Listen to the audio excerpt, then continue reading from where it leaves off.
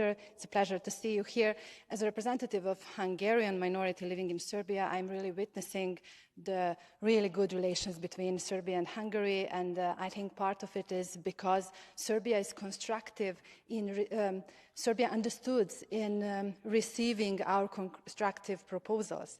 Therefore, I would like to ask you about minority rights and how we can refrain different countries from withdrawing already achieved minority rights, and how can we ensure that the rights of national minorities can be exercised also collectively, so we should speak about collective political language educational rights and not only about individual rights. Thank you. Comes to the question of Mrs. Kovács. Thank you so much for raising this issue. Elvira, I'd like to tell you that we are proud to consider the rights of the national communities, national minorities, as collective rights, as rights of communities. And therefore we are extremely grateful to the Serbian authorities, to the Serbian president, to the Serbian government, to provide the Hungarians in Serbia with the rights which you are provided with.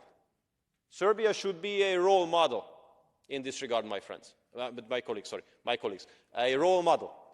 And therefore, I'd like to ask you to take into consideration the recent opinion announced by the Venice Commission.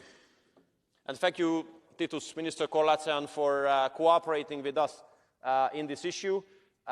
If one had told me 8 years ago that we would cooperate on national minority issues with Romania, I would have laughed at it, but now this is the reality.